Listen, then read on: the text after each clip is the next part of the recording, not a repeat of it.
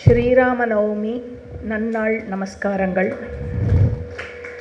ஸ்ரேயப்பதியாகிய பகவான் ராமோ விக்கிரகவான் தர்மஹா என்று தர்மத்தினுடைய விக்கிரகமாக அவதரித்த மங்களம் பொருந்திய ஸ்ரீராம நவமி அன்று அதர்மம் அகன்று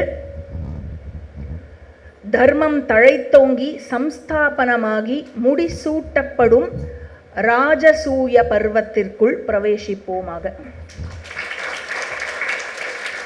மகாபாரதத்தினுடைய இரண்டாவது பருவமான சபா பருவத்தில் இருக்கிறோம். இதில் 10 உபபருவங்கள் இருக்கின்றன. 81 அத்தியாயங்களும் 2700க்கும் மேற்பட்ட 2700க்கும் மேற்பட்ட ஸ்லோகங்கள் இருக்கின்றன. தாட்சிணாத்திய பின்னடைவுகளையும் சேர்த்து கொண்டோமே ஆனால் 4000த்திற்கும் மேற்பட்ட ஸ்லோகங்களை பார்த்து முடிப்போம் சபா பருவத்தை முடிக்கும் பொழுது. அதில் 10 உபபருவங்களில் எத்தனை உபபருவங்கள் முடித்திருக்கிறோம் கடந்த வகுப்போடு அப்படின்னா 5 உபபருவங்களை முடித்திருக்கிறோம். சபாக்ரியா பருவம், லோகபால சபாக்கியான பருவம், ராஜசூயாரம்ப பருவம், ஜராசந்த வத பருவம், திக்விஜய பருவம் அப்படின்னு 5 உபபருவங்களை முடித்துள்ளோம். 81 அத்தியாயத்தில் 32 அத்தியாயங்களை முடித்துள்ளோம். 6வது உபபருவம் ராஜசூய பருவம். இதில் 3 அத்தியாயங்கள் இருக்கு. 33 to 35, 33, 34, 35 மொத்தம் 99 ஸ்லோகங்கள் இருக்கு. திக்விஜயமும் முடிந்து நீதிமானாகிய யுதிஷ்டிரன் நாட்டு மக்களுக்கு வழங்கிய பாதுகாப்பிலும் யுதிஷ்டிரர் தனது நடத்தையில் அவர் பேணி வந்த வாய்மையும் எதிரிகளை தன்னுடைய கட்டுக்கோப்புக்குள் அடக்கி வைத்திருந்த அவருடைய தன்மையும் குடிமக்கள் இதனால் என்னாச்சுனாக்க குடிமக்கள் அவர்களினுடைய வேலையை நிம்மதியாக பார்த்து வர முடிந்தது. அவருடைய தொழிலில் அவரவர் ஈடுபட்டு வந்து கொண்டிருந்தனர். நியாயமான வரிகள் விதிக்கப்பட்டிருப்பதால் யுதிஷ்டிரனுடைய ஆட்சியில் மக்கள் விரும்பியவாறே மேகங்கள் அதிகமான மழையை பொழிந்ததாம். நாடும் செழிப்படைந்தது. அனைத்து தொழில்களும் செழிப்படைந்தது. குறிப்பாக கால்நடை வளர்த்தல், உழவு, அப்புறம் வணிகம். கால்நடை வளர்த்தல் அப்படின்னா கேட்டில் ரியரிங், உழவு தொழில் அப்படின்னாக்க அக்ரிகல்ச்சர், அதுக்கப்புறம் வணிகம் அப்படின்னா ட்ரேட் அண்ட் காமர்ஸ். இதெல்லாம் செழிப்படைந்தது. யுதிஷ்டிரனுடைய ஆட்சியில் வைஷம்பாயனர் சொல்றார், கள்வரும் வஞ்சகர்களும் கூட தங்களுக்குள் பொய் பேசிக் கொள்ளவில்லையாம். அப்படின்னா என்ன அர்த்தம்? கள்வர்கள் வஞ்சகர்கள்னு உண்மையிலேயே யாரும் இல்லை.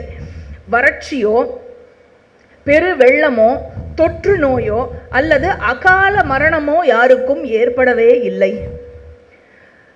தொண்டுகளுக்காகவும் வழிபாடுகளுக்காகவும் ஏழ்மையை உண்டாக்காதபடி வசூலிக்கப்பட்ட வரிகளுக்காக, கப்பத்திற்காக மட்டுமே எல்லா மன்னர்களும் யுதிஷ்டிரனை அணுகினார்கள். யுதிஷ்டிரனினுடைய கருவூலம் முழுவதும் அறம் சார்ந்து ஈட்டப்பட்ட செல்வமே குவியலாக நிறைந்திருந்தது. 100 வருடங்களுக்கு தொடர்ச்சியாக செலவு செய்து கொண்டிருந்தே இருந்தால் கூட அந்த செல்வங்கள் வற்றாத அளவிற்கு குவியலாக குவிந்திருந்ததாம். யுதிஷ்டிரர் வேள்வியை செய்வதில் தன்னுடைய இதயத்தை செலுத்தி வந்தார். அவரது அதிகாரிகளும் நண்பர்களும் ஆலோசகர்களும் அமைச்சர்களும் யுதிஷ்டிரர்கிட்ட சேர்ந்தும் தனித்தனியாகவும் என்ன சொன்னான்னா, வேள்விக்கான நேரம் வந்துவிட்டது, காலம் கரைக்காமல் அனைத்து ஏற்பாடுகளையும் செய்வாயாக என்று ஆலோசனை வழங்கினார்கள். இவ்வாறு இவர்கள் பேசிக்கொண்டிருக்கும் பொழுது அதைதம் ப்ருவதாமேவ தேஷாம் அப்யாயயௌ ஹரிஹி ரிஷிஃப் புராணோ வேதாத்மா அதிருஷ்யஸ்சைவ விஜானதாம் ஜகதஸ்தஸ்துஷாம் ஸ்ரேஷ்டஹ பிரபவஸ்சாப்யயஸ்சஹ பூதபவ்யபவன்னாதஹ கேசவ கேசிசூதனஹ.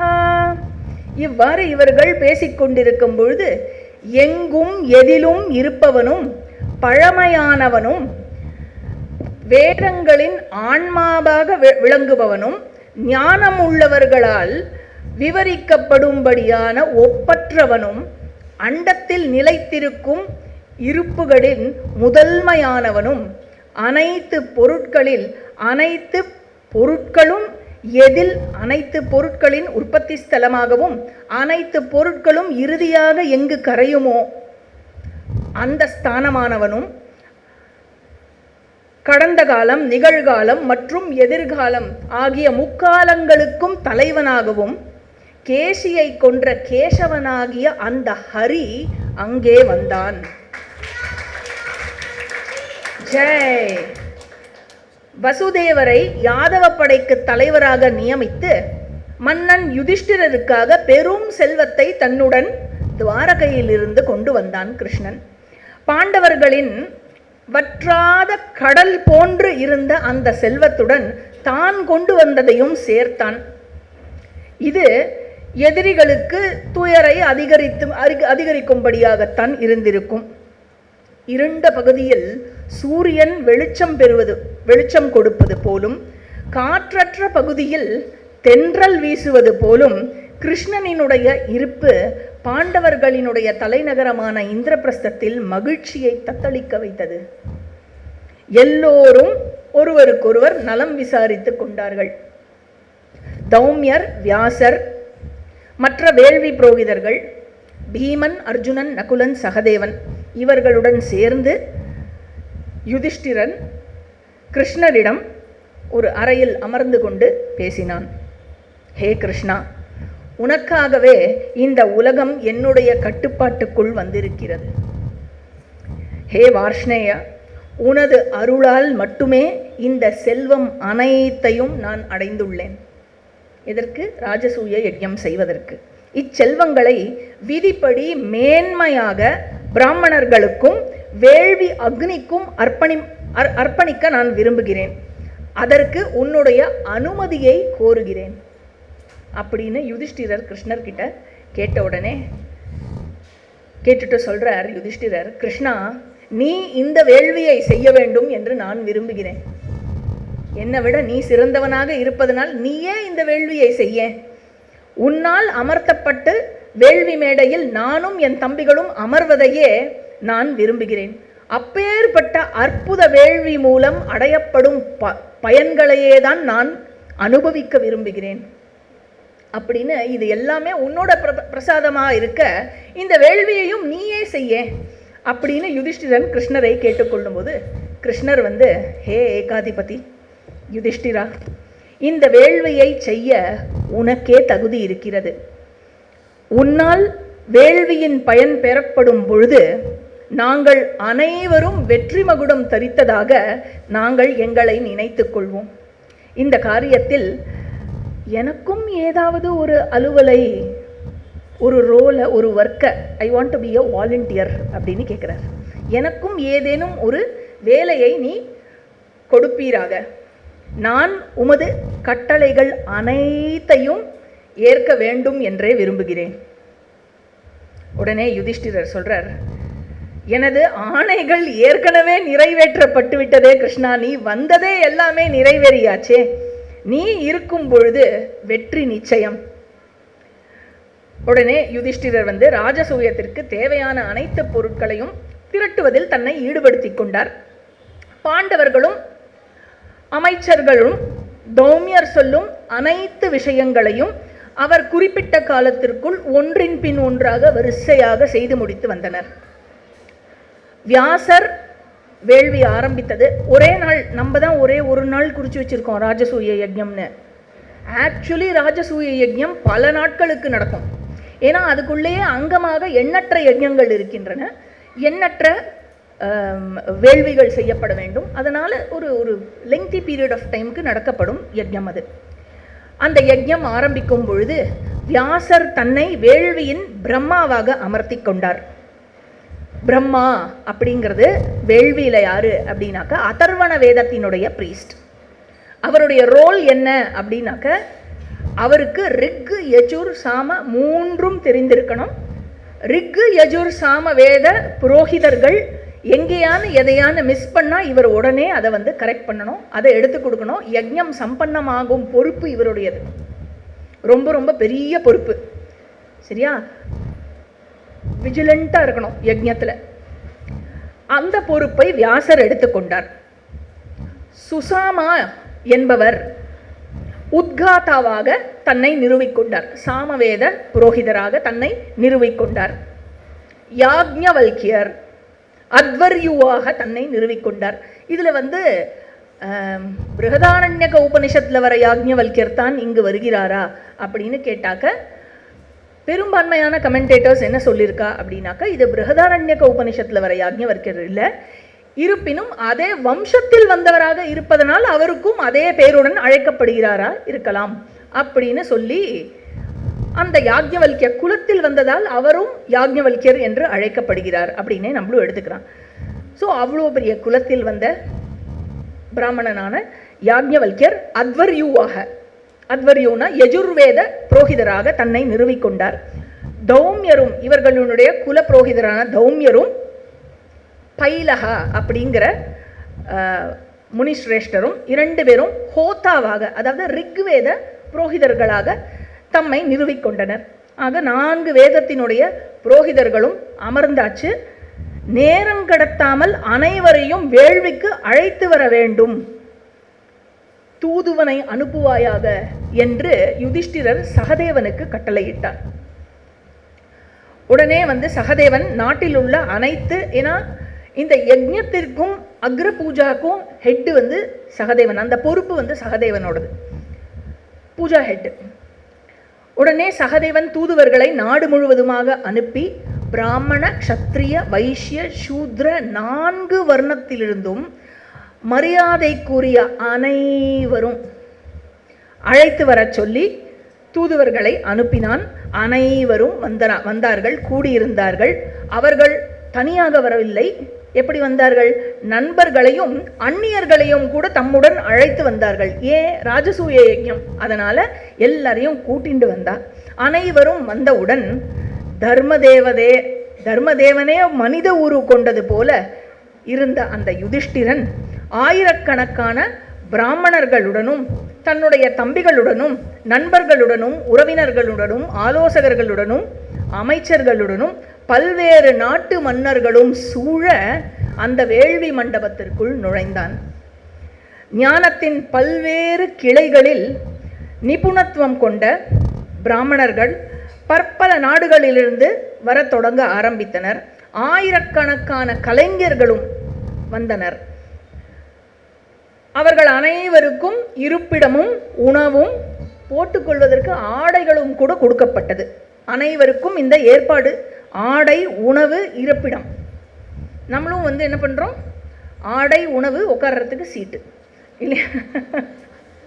அதனால் இது எல்லாம் வந்து கொடுக்கப்படுகிறது. எல்லா இடத்திலும் தீயதாம் தீயதாமேஷாம் புஜ்யதாம் புஜ்யதாமிதி அப்படின்னு கேட்டுதான். தீயதாம், கொடுங்கோ கொடுங்கோ, சாப்பிடுங்கோ சாப்பிடுங்கோ, புஜ்யதாம் புஜ்யதாம் அப்படின்னே கேட்டுன்னு இருந்துதான் எல்லா இடத்துலையும். அவ்வளவு பெரிய யஜ்ஞமாக நடந்ததாம். வாசகர்கள், இந்த வாசகங்கள் தான் அனுதினமும் எல்லா இடத்திலும் ஒலித்து கொண்டிருந்தது.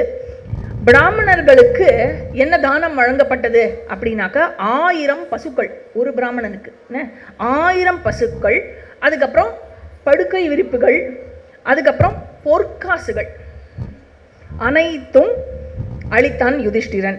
இந்திரனால் செய்யப்படும் வேள்வியை போல் அந்த யஜ்ஞம் நடந்தது.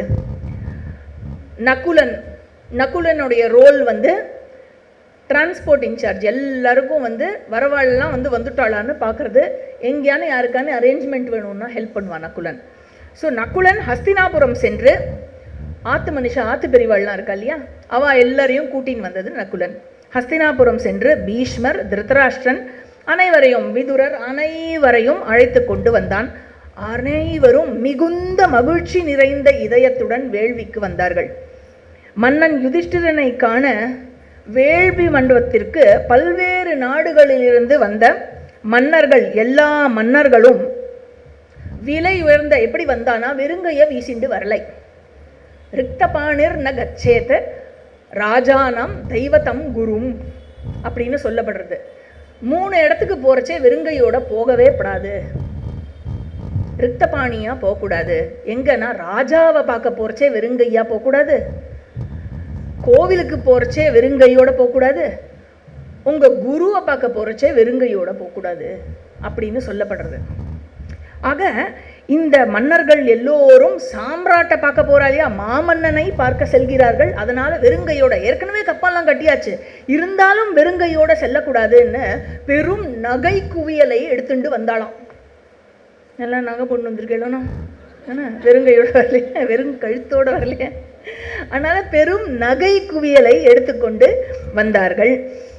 திருதராஷ்டிரன், பீஷ்மர், விதுரர், கிருபர், துரோணர், துரியோதனாதியர்கள் எல்லா தம்பிகளும், அப்புறம் சுபலனும் சுபலனினுடைய மகன் சகுனியும், கர்ணன், பாஹ்லிகன், சோமதத்தன், பூரிஸ்ரவஸ், அஸ்வத்தாமா, ஜெயத்ரத, யக்ஞசேனன் என்ற துருபதன் அவனுடைய மகன்களுடன், சல்யன், பகதத்தன், பல பல பல, the list goes on, பல பல பல பல மன்னர்கள், இவர்கள் எல்லோரும் அங்கே வந்தார்கள்.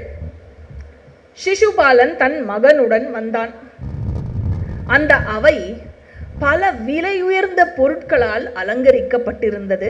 அந்த மாளிகை எப்படி இருந்ததென்றால் இமயமலையின் சிகரத்தை போல் இருந்தது. பல ஏகாதிபதிகளும் சதஸ்யர்களும், சதஸ்யர்கள்னா வேள்வி நடத்தும் புரோகிதர்கள், அவர்களாலும் சூழப்பட்டு பிராமணர்களுக்கு பெரும் பரிசுகள் வழங்கப்படும் அந்த வேள்வி, அனைவரும் அந்த வேள்வியை கண்டார்கள். ஹே மன்னா ஜனமே ஜெயா, யார் சொல்றா? வைஷம்பாயனர். தேவர்களால் நிறைந்த விண்ணுலகம் போல் அந்த வேள்வி மண்டபம் காட்சியளித்தது. பீஷ்மரையும் துரோணரையும் வணங்கினான் யுதிஷ்டிரன். யுதிஷ்டிரருடனே பீஷ்மர்கிட்டையும் துரோணர்கிட்டையும் சொல்றான், இங்கே இருக்கும் செல்வம் அனைத்தும் உங்களுடையதே. நீங்கள் ஒருவருக்கொருவர் ஆலோசித்து நீங்கள் விரும்பியபடி என்னை வழி நடத்துங்கள் அப்படின்னு யுதிஷ்டிரர் பீஷ்மர்கிட்டையும் துரோணர்கிட்டையும் சொன்னார். அதுக்கப்புறம் ஒவ்வொருத்தருக்கா டிபார்ட்மெண்ட்டு ஒதுக்கப்பட்டது, ஒர்க் அலோகேஷன் நியமிக்கப்பட்டது. துஷாசனன் என்ன செய்ய வேண்டும் அப்படின்னாக்க, ஃபுட் அண்ட் என்டர்டெயின்மெண்ட் ரிலேட்டடாக இருக்கிற விஷயங்கள் எல்லாம் எங்கேருந்து ப்ரொக்யூர் பண்ணணுமோ ஃபுட்டு டிபார்ட்மெண்ட் அண்ட் என்டர்டெயின்மெண்ட் டிபார்ட்மெண்ட்டோட கோஆர்டினேட் பண்ணி அந்த ப்ரொக்யூர்மெண்ட்டுக்கான ஏற்பாடுகளை செய்ய வேண்டும். அஸ்வத்தாமா பிராமணர்களுக்கு பணிவிடை செய்ய வேண்டும். பீஷ்மரும் துரோணரும் இதுவரை என்ன நடந்தது, எது இனி நடக்க வேண்டும் என்று கவனித்து அந்த பொறுப்பை அவர்கள் நியமிக்கப்பட்டனர். கிருபாச்சாரியர் என்ன செய்தார் அப்படின்னாக்க, தங்கம், ரத்தினங்கள், அப்புறம் வந்த மன்னர்களுக்கெல்லாம் பரிசளிப்பது, பிராமணர்களுக்கெல்லாம் வந்தவா எல்லாருக்கும் ஃபெலிசிட்டேஷன், அதில் நியமிக்கப்பட்டார் கிருபாச்சாரியர். நகுலன் பெரியோர்களை அழைத்து வரும் பணி. அவனால் அழைத்து வரப்பட்ட பெரியோர்கள் பாஹ்லிகர், திருதராஷ்டிரர், சோமதத்தர், இவா எல்லாரும் பல பல பல பல வேள்விகள் செய்யப்பட்ட பொழுது ஒவ்வொரு வேள்விக்கும் இவர்களே எஜமானனாக நிறுவப்பட்டார்கள். விதுரன் செல்வங்களை கவனித்து கொண்டார். துரியோதனன் மன்னர்களிடம் இருந்து வந்த கப்பத்தை ரிசீவ் பண்ணி விதுரர்கிட்ட ஒப்படைக்கான், செலவு பண்ணுறதுக்கு இல்லையா. துரியோதனன் அந்த வேலையை எடுத்துக்கொண்டான். எவன் உலகத்தின் மையமாக இருக்கிறானோ, எவனை சுற்றி அனைத்து உலகமும் நகர்ந்து கொண்டிருக்கிறதோ, அந்த கிருஷ்ணன் தனது சுய விருப்பத்தின் காரணமாக வந்திருக்கும் பிராமணர்களின் கால்களை கழுவும் பணியை ஏற்றுக்கொண்டான். இந்த இடத்துல ஒரு பக்தி வெர்ஷன் இருக்கு. அந்த வெர்ஷன் படி என்னன்னா, கிருஷ்ணர் அவளோட சப்பல் எல்லாத்தையும் எடுத்து தொடச்சு அடுக்கி வச்சார் அப்படின்னு. இது ஏற்றுக்கொள்ளப்படுகிறது இந்த வருஷன். ஏன்னா கால அலம்பர பணியை எடுத்துட்டவர் சப்பலை கழட்டி இருக்க மாட்டாரா, கழட்டி தொடச்சி வச்சு திருப்பி அதெல்லாம் பார்த்துட்டு இருக்க மாட்டாரா, அதனால் அது ஏற்கப்படுகிறது அந்த வருஷன். வந்தவர்கள் அனைவரும் பெரும் நகை குவியலை பரிசாக கொண்டு வந்து யுதிஷ்டிரரை கௌரவித்தார்கள். சரியாக கேட்கவில்லையோ? வந்தவர்கள் அனைவரும் பெரும் நகை குவியலை, தங்கம்ன நம்ம ஊரில் நகை, ஆர்னமெண்ட்ஸ், ஜுவல்லரி அப்படின்னாலே கோல்டு தான்.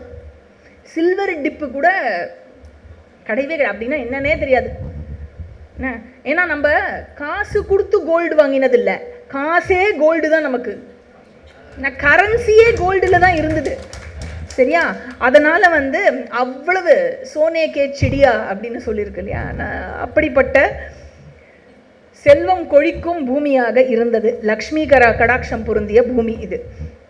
அதனால் வந்தவர்கள் அனைவரும் நகை குவியலை பரிசாக கொண்டு வந்து யுதிஷ்டிரரை கௌரவித்தார்கள். அந்த பானை போருமான்னு தெரியல, ஏன்னா எல்லாரும் கொடுத்துட்டு போனா இல்லையா. போறலைன்னா சொல்லுங்க, பெரிய பானையை ஏற்பாடு பண்ணிடுவோம். அவர்கள் அனைவரும் கொண்டு வந்த நகை இருக்குல்ல, தன்னுடைய செல்வத்தின் ஒரு பங்கை யுதிஷ்டிரருக்கு கொடுத்த மன்னர்கள் 1000 ரூபாய் கொடுக்கல. ஓகே, அதாவது 1000 ரூபாய்னா எப்படி, பேங்க்கில் 10 லட்சம் ரூபா வச்சுட்டு 1000 ரூபாய் கொடுக்கல.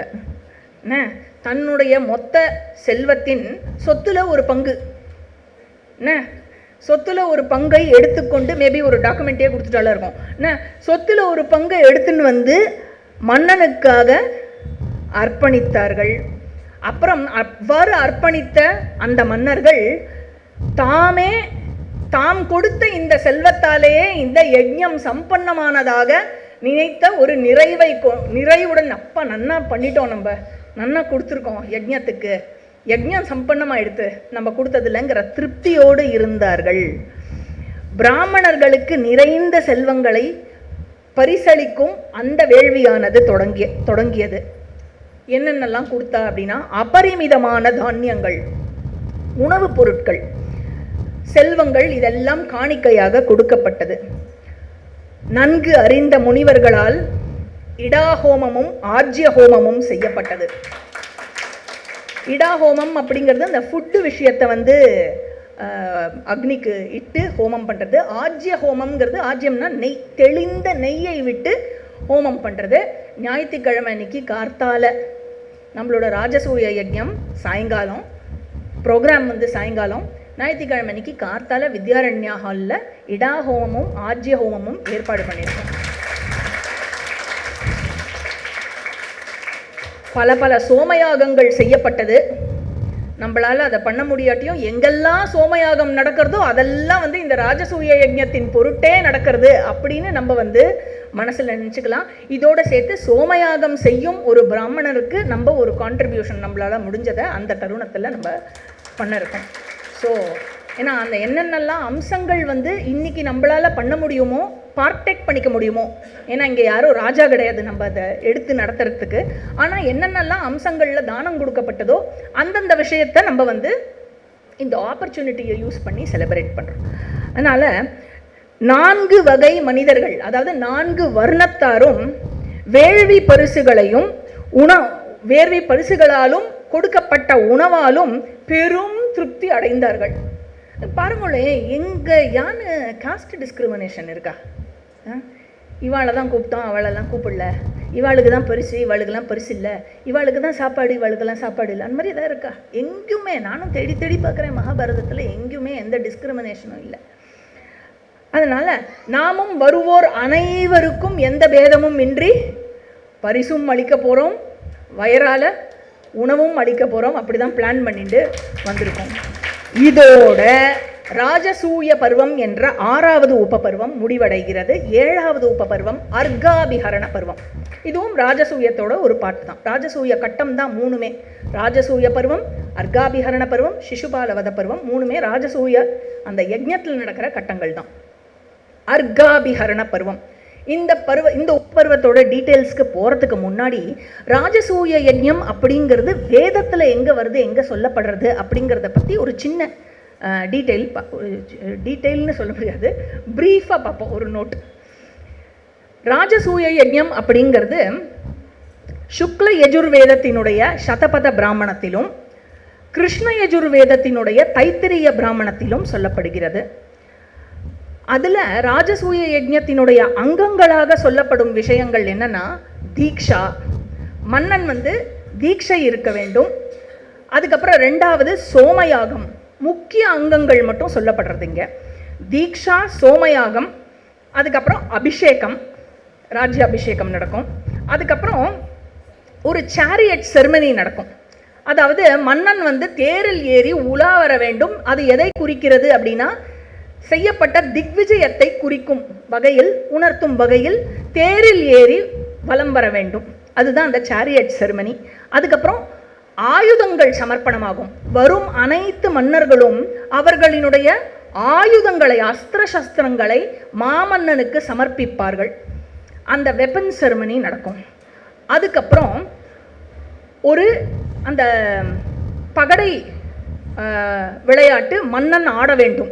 எதுக்கு ஆட வேண்டும் அப்படின்னாக்க, மாமன்னனாக நிறுவப்படும் இந்த பர்சனுக்கு, இந்த மனிதனுக்கு வெறும் ஆற்றல் மட்டும்தான் இருக்கிறதா, வெறும் பலத்தில், ஷரீர பலத்தில் இருக்கும் பராக்கிரமம் மட்டும்தான் இருக்கிறதா, அல்லது தெய்வானுகிரகமும் அதிருஷ்டமும் கூட சேர்ந்து இருக்கா? அந்த பகடை விளையாட்டில் அந்த மன்னன் ஜெயிக்க வேண்டும். அந்த வெற்றி எதை உணர்த்துகிறது என்றால், தெய்வமும், அதாவது அதிருஷ்டமும் அவன் பக்கம் இருக்கிறது என்பதை உணர்த்தும். அதனால அதையும் அவன் விளையாடி நிரூபித்து காட்ட வேண்டும். சரி, அதுக்கப்புறம் நிறைய தான தர்மங்கள் கொடுக்கப்படும். இதுவும் யஜ்ஞத்தினுடைய ஒரு அங்கம். எல்லாரையும் கௌரவிக்கிறது, தானம் கொடுக்கறது, காணிக்கை கொடுக்கறது, இதெல்லாம் நிறைய இருக்கும். இறுதியாக அந்த யஜ்ஞம் அவபிரத ஸ்நானத்தோட முடியாது. யஜ்ஞம் சம்பன்னமாகிற அந்த மங்கள ஸ்நானத்தோட முடியாது. தேர்ஃபோர் வேதத்தில் சொல்லப்பட்டிருக்கும் கர்மமாக இருப்பதனால் இதற்கு வைதிக கர்மம் என்று பெயர். வேத விகிதம் கர்மா. வேதத்துக்கு ஸ்ருதின்னு ஒரு பேர் இருக்கு. அதனால இந்த கர்மத்துக்கு, வேதத்தில் சொல்லப்படும் கர்மமாக இருக்கிறதுனால அதற்கு ஸ்ரௌத்த கர்மா என்று பெயர். ஸ்ருதி விகிதம் கர்மா அப்படின்னு. தேர்ஃபோர் ராஜசூய யஜ்ஞா என்றால் என்ன அப்படின்னா, ராஜ்ஞா சார்வபௌம சித்தியர்த்தம் கிரியமானஹா வைதிக யஜ்ஞா ராஜசூயா. அதாவது ஒரு ராஜாவானவன், ஒரு மன்னனானவன் மாமன்னன் என்ற தகுதியை பெறுவதற்கு, மன்னர்களுக்கெல்லாம் மன்னன் என்று நிறுவப்படுவதற்கு வேத விகிதமாக செய்யப்படும் யஜ்ஞத்திற்கு பெயர் ராஜசூய யஜ்ஞம் என்று பெயர்.